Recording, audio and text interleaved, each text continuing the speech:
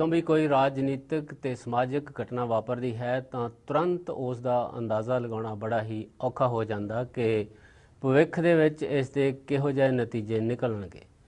ਕਈ ਵਾਰੀ ਇਹੋ ਜਿਹੀ ਘਟਨਾ ਵਾਪਰਦੀ ਹੈ ਕਿ ਵਰਤਮਾਨ ਉਸ ਨੂੰ ਬੜੀ ਉੱਚੀ ਜਗ੍ਹਾ ਦੇ ਦਿੰਦਾ ਹੈ, ਲੇਕਿਨ ਇਤਿਹਾਸ ਉਸ ਨੂੰ ਸਾਬਤ ਕਰਦਾ ਹੈ ਕਿ ਗਲਤ ਵਾਪਰੀ ਸੀ। ਔਰ ਇਸੇ ਹੀ ਤਰ੍ਹਾਂ ਇਤਿਹਾਸ ਦੇ ਵਿੱਚ ਬੜੀਆਂ ਹੀ ਗਵਾਹੀਆਂ ਨੇ ਜਦੋਂ ਕਾਲਾ ਪੇਂਟ ਕੀਤਾ ਗਿਆ ਕਿਸੇ ਵਿਅਕਤੀ ਨੂੰ, ਹੀਰੋ ਨੂੰ, ਲੇਕਿਨ ਇਤਿਹਾਸ ਨੇ ਸਾਬਤ ਕੀਤਾ ਕਿ ਬਹੁਤ ਮਹਾਨ ਵਿਅਕਤੀ ਸੀ ਔਰ ਉਸ ਨੇ ਆਪਣੇ ਸਮੇਂ ਦੇ ਵਿੱਚ ਇਤਿਹਾਸਕ ਭੂਮਿਕਾ ਨਿਭਾਈ ਸੀ।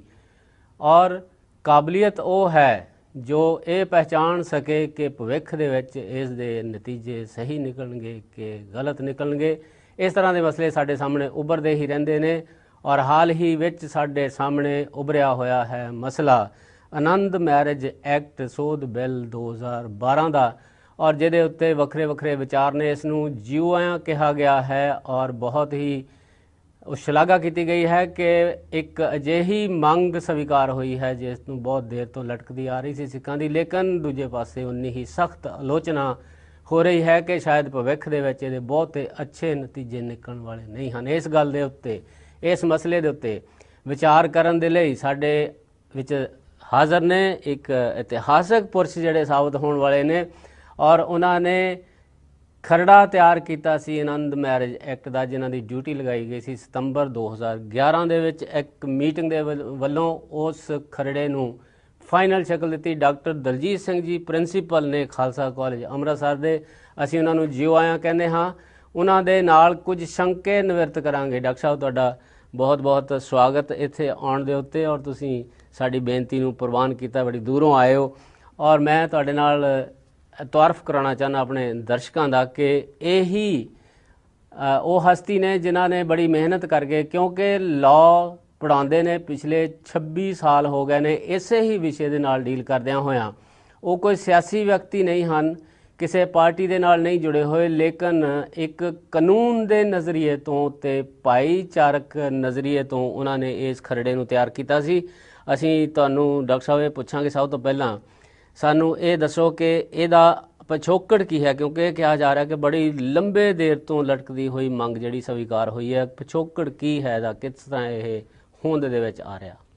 ਸਭ ਤੋਂ ਪਹਿਲਾਂ ਤਾਂ ਦੇਸ਼ ਵਿਦੇਸ਼ ਵਿੱਚ ਵਸਦੇ ਸਾਰੇ ਸਿੱਖ ਭਾਈਚਾਰੇ ਨੂੰ ਮੇਰੇ ਵੱਲੋਂ ਬਹੁਤ ਪਿਆਰ ਭਰੀ ਸਤਿ ਸ੍ਰੀ ਅਕਾਲ।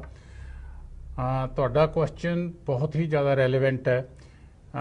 ਜਿਹੜਾ ਆਨੰਦ ਮੈਰਿਜ ਐਕਟ ਦੀ ਆਪਾਂ ਗੱਲ ਕਰਦੇ ਹਾਂ, ਅਸਲ ਵਿੱਚ ਇਹ 1909 ਦੇ ਵਿੱਚ ਪਾਸ ਹੋਇਆ ਸੀ, ਕਿਉਂਕਿ 1900 ਦੇ ਕਰੀਬ ਜਾ ਕੇ ਇਹ ਖਦਸ਼ੇ ਪੈਦਾ ਕਰਨੇ ਸ਼ੁਰੂ ਕਰ ਦਿੱਤੇ ਸੀ ਆਮ ਲੋਕਾਂ ਦੇ ਵਿੱਚ ਕਿ ਜਿਹੜਾ ਆਨੰਦ ਕਾਰਜ ਰਸਮ ਰਾਹੀਂ ਜਿਹੜਾ ਵਿਆਹ ਕੀਤਾ ਜਾਂਦਾ ਹੈ, ਆਨੰਦ ਕਾਰਜ ਰੀਤੀ ਜਾਂ ਮਰਿਆਦਾ ਰਾਹੀਂ ਜਿਹੜਾ ਸਿੱਖਾਂ ਦੇ ਵਿੱਚ ਵਿਆਹ ਪ੍ਰਚਲਿਤ ਹੋ ਚੁੱਕਿਆ ਸੀ, ਉਹ ਕਾਨੂੰਨੀ ਤੌਰ ਤੇ ਜਾਇਜ਼ ਨਹੀਂ ਸੀ ਜੀ। ਔਰ ਇਸੇ ਲਈ ਕਈ ਵਾਰੀ ਜਿਨ੍ਹਾਂ ਦੇ ਵਿਆਹ ਆਨੰਦ ਕਾਰਜ ਰਸਮ ਨਾਲ ਹੋਏ ਸੀ, ਉਹਨਾਂ ਦੇ ਬੱਚਿਆਂ ਨੂੰ ਜਾਇਜ਼ ਦੀ ਬਜਾਏ ਨਜਾਇਜ਼ ਕਰਾਰ ਦੇਣਾ ਸ਼ੁਰੂ ਕਰ ਦਿੱਤਾ ਗਿਆ। ਔਰ ਕਿਉਂਕਿ ਸਾਡੇ ਗੁਰੂ ਸਾਹਿਬਾਨਾਂ ਵੱਲੋਂ ਹੀ, ਤੀਜੇ ਗੁਰੂ ਸਾਹਿਬਾਨ ਵੱਲੋਂ ਇਹ ਪ੍ਰਚਲਿਤ ਹੋ ਗਿਆ, ਲਾਵਾਂ ਸ਼੍ਰੀ ਗੁਰੂ ਗ੍ਰੰਥ ਸਾਹਿਬ ਜੀ ਦੇ ਵਿੱਚ ਦਰਜ ਕਰ ਦਿੱਤੀਆਂ ਗਈਆਂ।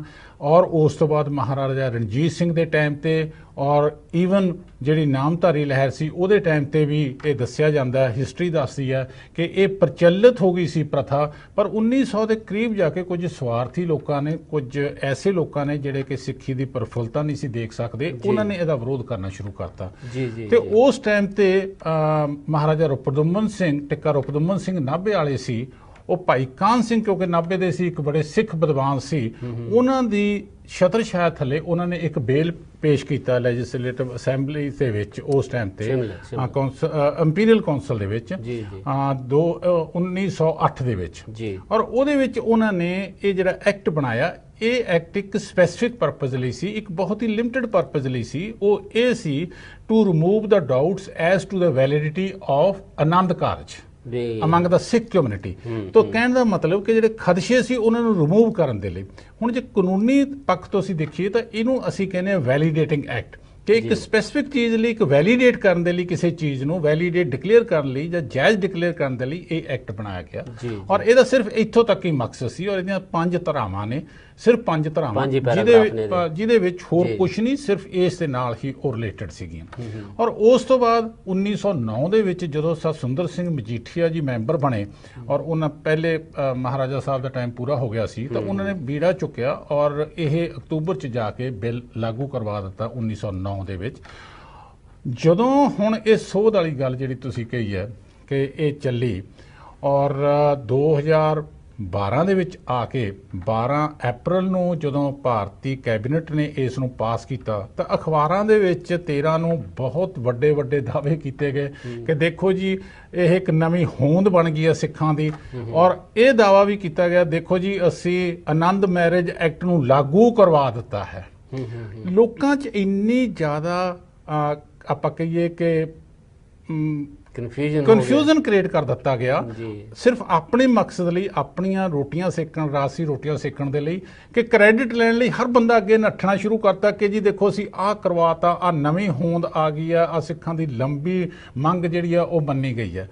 ਅਸਲੀਅਤ ਕੀ ਸੀ ਕਿ 21 ਅਪ੍ਰੈਲ ਨੂੰ ਮੈਂ ਇੱਕ ਆਰਟੀਕਲ ਲਿਖਿਆ ਆਨੰਦ ਮੈਰਿਜ ਐਕਟ ਦਾ ਸੱਚ, ਜਿਹੜਾ ਕਿ ਆਪਣੇ ਸਾਰੇ ਆਲਮੋਸਟ ਅਖਬਾਰਾਂ 'ਚ ਛਪਿਆ ਔਰ ਫੋਰਨ 'ਚ ਸਾਰੀਆਂ ਅਖਬਾਰਾਂ 'ਚ ਛਪਿਆ। ਉਹਦੇ ਵਿੱਚ ਮੈਂ ਸੱਚਾਈ ਸਾਹਮਣੇ ਲਿਆਂਦੀ ਕਿ ਇਹਦੇ ਵਿੱਚ ਕੋਈ ਨਵੀਂ ਚੀਜ਼ ਨਹੀਂ ਸਾਨੂੰ ਮਿਲੀ। ਜੇ ਮਿਲਿਆ ਤਾਂ ਸਿਰਫ ਰਜਿਸਟ੍ਰੇਸ਼ਨ ਦੀ ਕਲੌਜ਼ ਐਡ ਕੀਤੀ ਗਈ ਹੈ ਇਹਦੇ ਵਿੱਚ। ਇਹ ਕਹਿਣਾ ਕਿ ਇਹ ਐਕਟ 1947 ਚ ਆਜ਼ਾਦੀ ਮਿਲਣਾ ਖਤਮ ਹੋ ਗਿਆ ਸੀ, ਜਾਂ ਹਿੰਦੂ ਮੈਰਿਜ ਐਕਟ ਜਿਹਦੇ ਵਿੱਚ ਹੁਣ ਸਿੱਖਾਂ ਨੂੰ ਰੱਖਿਆ ਗਿਆ ਉਹ ਲਾਗੂ ਹੋਣਾ ਖਤਮ ਹੋ ਗਿਆ ਸੀ, ਇਹ ਬਿਲਕੁਲ ਝੂਠਾ ਪ੍ਰਚਾਰ ਸੀ। ਔਰ ਹੁਣ ਉਹਨਾਂ ਨੂੰ ਮੰਨਣਾ ਪੈ ਗਿਆ ਇਸ ਗੱਲ ਤੇ ਉੱਤੇ। ਹੁਣ ਸਭ ਮੰਨਦੇ ਨੇ ਕਿ ਜੀ ਇਹ ਕਦੇ ਖਤਮ ਨਹੀਂ ਸੀ ਹੋਇਆ। ਦੂਜੀ ਗੱਲ ਜਿੱਥੋਂ ਤੱਕ ਸੀ ਕਿ ਸਿੱਖਾਂ ਦੀ ਲੰਬੀ ਡਿਮਾਂਡ, ਹੁਣ ਸਾਨੂੰ ਇਹ ਦੇਖਣਾ ਹੈ ਕਿ ਕਿਆ ਸਿੱਖਾਂ ਦੀ ਡਿਮਾਂਡ ਜਿਹੜੀ ਲੰਬੇ ਸਮੇਂ ਤੋਂ ਚੱਲਦੀ ਆ ਰਹੀ ਸੀ ਉਹ ਸਿਰਫ ਇੰਨੀ ਸੀ ਕਿ ਆਨੰਦ ਮੈਰਿਜ ਐਕਟ ਦੇ ਵਿੱਚ ਰਜਿਸਟ੍ਰੇਸ਼ਨ ਕਲੌਜ਼ ਐਡ ਕਰ ਦਿੱਤੀ ਜਾਵੇ, ਜਾਂ ਕਿ ਇਹ ਸੀ ਕਿ ਸਿੱਖਾਂ ਦਾ ਆਪਣਾ ਨਿਰੋਲ ਸਿੱਖ ਮੈਰਿਜ ਐਕਟ ਹੋਵੇ ਜਾਂ ਉਹਨਾਂ ਦਾ ਆਪਣਾ ਇੰਡੀਪੈਂਡੈਂਟ ਪਰਸਨਲ ਲਾ ਹੋਵੇ। ਮੈਂ ਇਹ ਧਾਰਨਾ ਦਿੱਤੀ ਔਰ ਮੇਰਾ ਖਿਆਲ ਹੈ ਹਰ ਸਿੱਖ ਇਸ ਗੱਲ ਨੂੰ ਮੰਨੇਗਾ। ਕਲੀਅਰ ਆਪਾਂ ਕਰ ਲਈਏ ਕਿ ਐਕਚੁਅਲੀ ਜੋ ਲੰਬੇ ਸਮੇਂ ਤੋਂ ਚਲੀ ਆ ਰਹੀ ਡਿਮਾਂਡ ਸੀ ਉਹ ਕੀ ਸੀ। ਇਹ ਤਾਂ ਗੱਲ ਸਹੀ ਹੋ ਗਈ ਕਿ ਜੀ ਉਹਦੇ 'ਚ 6 ਧਾਰਾ ਪਾ ਦਿੱਤੀ ਗਈ ਕਿ ਸਿਰਫ ਰਜਿਸਟ੍ਰੇਸ਼ਨ ਹੀ ਹੋਏਗੀ। ਉਹ ਕੀ ਮੰਗ ਸੀ ਜਿਹੜੀ ਲੰਬੇ ਸਮੇਂ ਤੋਂ ਚਲੀ ਆ ਰਹੀ ਸੀ, ਜਿਹੜੀ ਤੁਸੀਂ ਕਹਿੰਦੇ ਕਿ ਅਸਲ 'ਚ ਉਹ ਪੂਰੀ ਨਹੀਂ ਹੋਈ? ਹਾਂਜੀ, ਮੈਂ ਇੱਥੇ ਦੱਸਣਾ ਚਾਹੂੰਗਾ ਕਿ ਦੇਖੋ ਆਪਣੇ ਭਾਰਤ ਦੇ ਵਿੱਚ 8 ਮੇਨ ਧਾਰਮਿਕ ਕਮਿਊਨਿਟੀਜ਼ ਨੇ ਜਿਹੜੀਆਂ ਕਿ ਲਾ ਦੇ ਵਿੱਚ ਰੈਕੋਗਨਾਈਜ਼ਡ ਨੇ। ਉਹਦੇ ਵਿੱਚ ਹੈ ਹਿੰਦੂ, ਬੁੱਧ, ਜੈਨ ਤੇ ਸਿੱਖ। ਇੱਕ ਤਾਂ ਇਹ ਜਿਹਨੂੰ ਆਪਾਂ ਅੱਜ ਕੱਲ੍ਹ ਆਮ ਤੌਰ ਤੇ ਕਾਨੂੰਨੀ ਤੌਰ ਤੇ ਹਿੰਦੂ ਦੇ ਥੱਲੇ ਰੱਖਿਆ ਗਿਆ, ਪਰਸਨਲ ਲਾ ਜਾਂ ਕਹਿ ਲਓ ਰੱਖਿਆ ਗਿਆ, ਕਿਉਂਕਿ ਇੰਡੀਆ ਦੇ ਵਿੱਚ, ਭਾਰਤ ਦੇ ਵਿੱਚ 4 ਕਾਨੂੰਨ ਐਸੇ ਨੇ ਜਿਹੜੇ ਕਿ ਪਰਸਨਲ ਲਾ ਦੇ ਫੀਲਡ ਦੇ ਵਿੱਚ ਆਉਂਦੇ ਨੇ। ਇੱਕ ਹੈ marriage act, Hindu marriage act, ਦੂਸਰਾ ਹੈ ਹਿੰਦੂ ਮਾਈਨੋਰਿਟੀ ਐਂਡ ਗਾਰਡੀਅਨਸ਼ਿਪ ਐਕਟ, ਤੀਸਰਾ ਹੈ Hindu adoption and maintenance act 56 ਦਾ। ਇਹ ਸਿਰਫ ਹਿੰਦੂ ਮੈਰਿਜ ਐਕਟ 1955 ਦਾ, ਅਡਾਪਸ਼ਨ ਮੇਨਟੇਨੈਂਸ ਐਕਟ 56 ਔਰ ਹਿੰਦੂ ਮਾਈਨੋਰਿਟੀ ਗਾਰਡੀਅਨਸ਼ਿਪ ਐਕਟ 1956 ਔਰ ਹਿੰਦੂ ਸਕਸੈਸ਼ਨ ਐਕਟ 1956।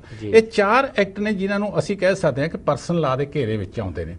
ਔਰ ਇਹਨਾਂ 4 ਐਕਟਾਂ ਦੇ ਵਿੱਚ ਭਾਵੇਂ ਹਿੰਦੂ ਸ਼ਬਦ ਕੱਲਾ ਉੱਤੇ ਵਰਤਿਆ ਗਿਆ ਇਹਨਾਂ ਦੇ ਸਰਲੇਖ ਦੇ ਵਿੱਚ, ਪਰ ਅੰਦਰ ਜਾ ਕੇ ਇਹ ਲਿਖ ਦਿੱਤਾ ਗਿਆ ਕਿ ਇਹ ਜਿਹੜੇ ਐਕਟ ਨੇ ਚਾਰਾਂ ਦੇ ਚਾਰੇ ਇਹ ਹਿੰਦੂਆਂ ਦੇ, ਬੁੱਧ ਤੇ, ਜੈਨ ਤੇ ਸਿੱਖਾਂ ਦੇ ਉੱਤੇ ਵੀ ਲਾਗੂ ਹੋਣਗੇ। ਸੋ ਕਹਿਣ ਦਾ ਭਾਵ ਹਿੰਦੂਆਂ ਨੂੰ, ਹਿੰਦੂ ਸ਼ਬਦ ਦੇ ਵਿੱਚ ਬੋਧੀ, ਜੈਨ ਤੇ ਸਿੱਖਾਂ ਨੂੰ ਕਲੱਬ ਕਰ ਦਿੱਤਾ ਗਿਆ ਸੀ।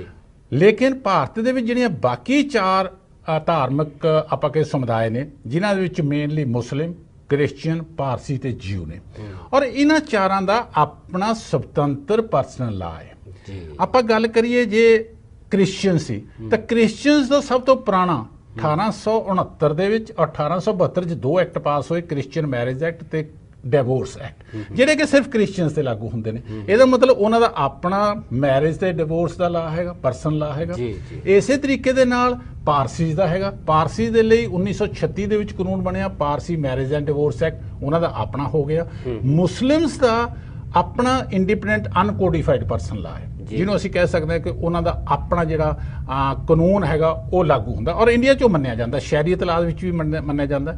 ਔਰ 2 ਉਹਨਾਂ ਦੇ ਕਾਨੂੰਨ ਐਸੇ ਸੀ ਜਿਹੜੇ ਕਿ ਲਾਅ ਬਣੇ, ਜਿਹੜੇ ਕਿ ਐਕਟ ਬਣੇ। ਇੱਕ 1939 ਚ ਬਣਿਆ ਜਿਹਨੂੰ ਅਸੀਂ ਕਹਿੰਦੇ ਡੈਜ਼ੋਲੂਸ਼ਨ ਆਫ ਮੁਸਲਿਮ ਮੈਰਿਜ ਐਕਟ। ਦੂਸਰਾ ਉਹਨਾਂ ਦਾ 1986 ਚ ਬਣਿਆ, ਆਪਣੀ ਆਜ਼ਾਦੀ ਮਿਲਣ ਤੋਂ ਬਾਅਦ ਬਣਿਆ ਔਰ ਰਾਜੀਵ ਗਾਂਧੀ ਜੀ ਉਦੋਂ ਪ੍ਰਾਈਮ ਮਿਨਿਸਟਰ ਸੀ, ਉਦੋਂ ਬਣਾਇਆ ਗਿਆ ਔਰ ਉਹਦਾ ਨਾਮ ਹੈ Muslim woman protection of rights on divorce act. So ਉਹਨਾਂ ਦਾ ਕੁਝ ਪਾਰਟ ਕੋਡੀਫਾਈਡ ਹੈ, ਕੁਝ ਅਨਕੋਡੀਫਾਈਡ ਹੈ, ਪਰ ਉਹਨਾਂ ਦਾ ਬਿਲਕੁਲ ਇੰਡੀਪੈਂਡੈਂਟ ਹੈ, ਉਹਨਾਂ ਦੇ ਲਾਗੂ ਹੁੰਦਾ ਆਪਣੀ।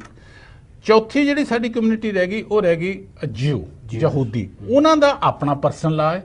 ਇਹ ਚਾਰੇ ਉਹ ਨੇ ਕਿ ਜਿਨ੍ਹਾਂ ਦੇ ਵਿੱਚ ਕੋਈ ਹਿੰਦੂ ਲਾ ਜਾਂ ਸਿੱਖ ਜਾਂ ਕਿਸੇ ਦਾ ਕੋਈ ਤਾਲੁਕ ਨਹੀਂ ਹੈਗਾ, ਉਹ ਚਾਰੇ ਇੰਡੀਪੈਂਡੈਂਟ ਨੇ। ਹਿੰਦੂ ਲਾ ਦੇ ਵਿੱਚ ਇਹ ਜਿਹੜੀਆਂ 3 ਬੁੱਧ, ਜੈਨ ਤੇ ਸਿੱਖ ਨੇ। ਸਿੱਖਾਂ ਦਾ ਆਪਣਾ ਧਰਮ ਹੈ, ਉਹਨਾਂ ਦੀ ਆਪਣੀ ਸੱਭਿਅਤਾ, ਉਹਨਾਂ ਦੇ ਆਪਣੇ ਰੀਤੀ ਨੇ, ਉਹਨਾਂ ਦੀ ਆਪਣੀ ਮਰਿਆਦਾ ਹੈ।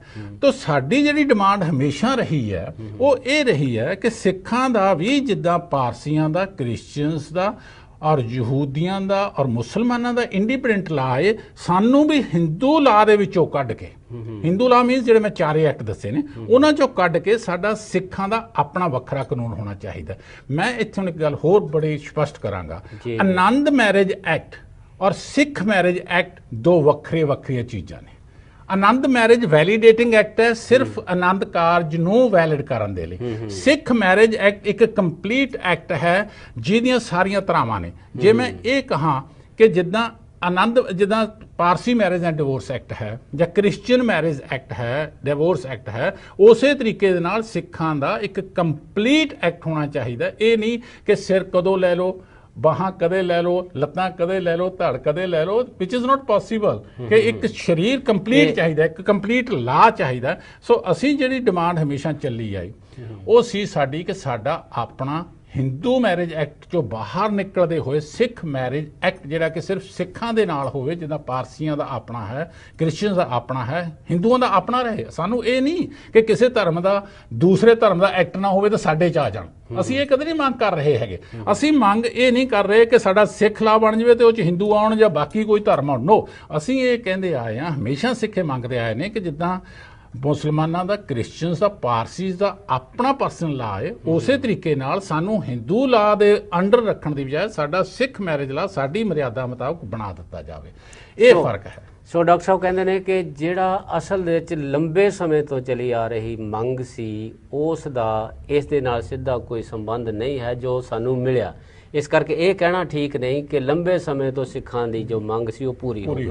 ਇਸ ਨੂੰ ਅਸੀਂ ਇੱਥੇ ਕਨਕਲੂਡ ਕਰੀਏ। ਬਿਲਕੁਲ। ਸੋ ਦੂਸਰਾ ਸਵਾਲ ਤੁਹਾਡੇ ਸਾਹਮਣੇ ਇਹ ਹੈ ਡਾਕਟਰ ਸਾਹਿਬ ਕਿ ਜਿਸ ਜੋਸ਼ੋ ਖਰੋਸ਼ ਦੇ ਨਾਲ ਪਾਰਲੀਮੈਂਟ ਦੇ ਵਿੱਚ ਇਹ ਹੋਇਆ ਕੰਮ, ਸਾਰੀਆਂ ਕਮਿਊਨਿਟੀਜ਼, ਸਾਰੇ ਧਰਮ ਤੇ ਸਾਰੀਆਂ ਪਾਰਟੀਆਂ ਨੇ ਇੱਕ ਮੂੰਹ ਹੋ ਕੇ, ਸ਼ਾਇਦ ਹਿੰਦੁਸਤਾਨ ਦੇ ਇਤਿਹਾਸ ਦੇ ਵਿੱਚ, ਆਜ਼ਾਦੀ ਦੇ ਇਤਿਹਾਸ ਦੇ ਵਿੱਚ ਇਹ ਪਹਿਲੀ ਵਾਰ ਹੋਇਆ। ਇਸ ਨੇ ਇੱਕ ਤਾਂ ਇਹ ਗੱਲ ਸਾਬਤ ਕਰ ਦਿੱਤਾ ਕਿ ਦੇਸ਼ ਦੇ ਲੋਕ ਐਜ਼ ਸੱਚ ਸਿੱਖ ਕਮਿਊਨਿਟੀ ਨੂੰ ਆਪਣੀਆਂ ਪਲਕਾਂ ਤੇ ਬਿਠਾਉਂਦੇ ਆ, ਲੇਕਿਨ ਉਦੋਂ ਕੁਝ ਵੀ ਮੰਗਿਆ ਜਾ ਸਕਦਾ ਸੀ। ਇਹ ਅਧੂਰਾ ਲਾ ਕਿਉਂ ਉੱਥੇ ਪਹੁੰਚਿਆ ਡਾਕਟਰ ਸਾਹਿਬ, ਤੁਹਾਨੂੰ ਇਹਦੀ ਹਿਸਟਰੀ ਦਾ ਪਤਾ?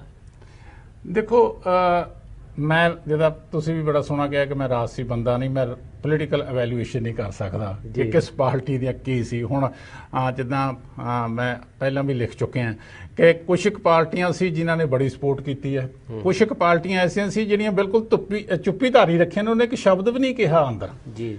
ਔਰ ਖਾਸ ਤੌਰ ਤੇ ਰਾਜਸੀ ਪਾਰਟੀਆਂ ਸੀਗੀਆਂ। ਇਹ ਕਿਉਂ ਹੋਇਆ? ਇਹ ਪੋਲੀਟੀਕਲ ਥਿੰਕਰਸ ਨੂੰ ਸੋਚਣ ਦੀ ਗੱਲ ਹੈ।